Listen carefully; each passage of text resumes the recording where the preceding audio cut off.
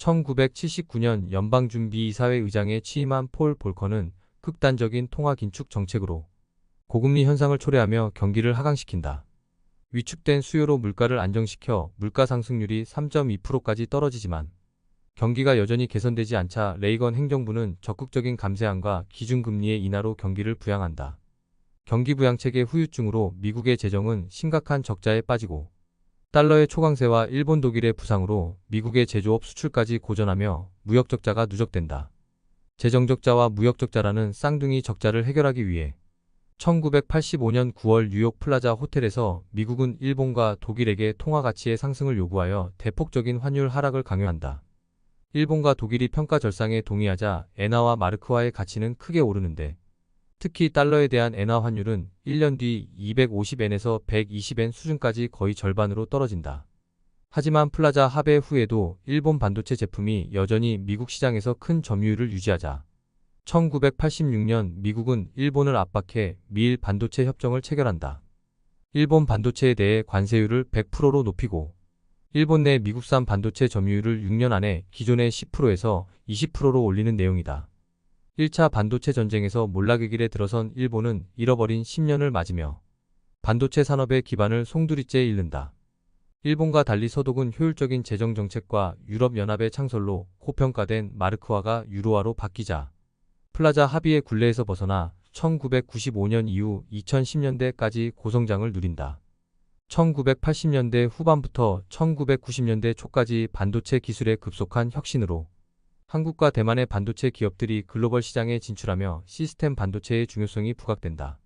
삼성전자와 SK하이닉스와 같은 기업들은 D램과 낸드 플래시 메모리 등의 제품을 자체적으로 설계하고 자사의 제조 설비에서 내놓는다.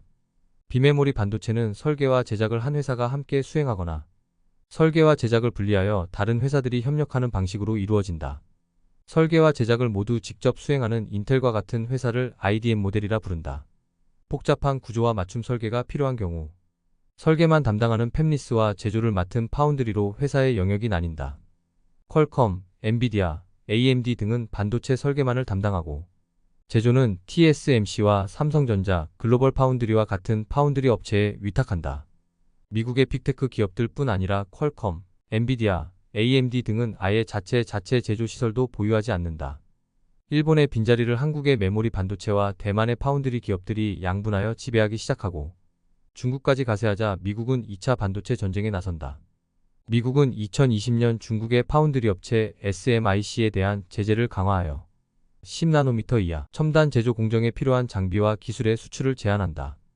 그러나 제재에도 불구하고 중국의 파운드리 업체인 SMIC, 화홍그룹, 넥스칩이 세계시장 점유율은 2022년 10.2%에 이른다. 게다가 블룸버그 통신에 따르면 중국은 대만의 인적 네트워크를 통해 7나노미터 공정에도 성공했다는 보도가 있다.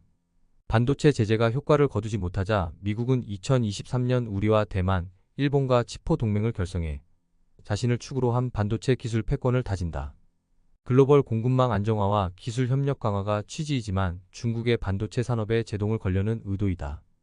전체 반도체 수출에서 대중국 수출이 40%를 차지하기에 우리도 타격이 예상되고 운명의 겨울에 들어선 중국 또한 2026년 이후 격동기를 맞게 된다.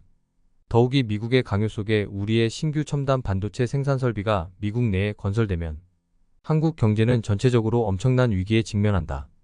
2024년 코리아오는 경랑속을 지나고 있다.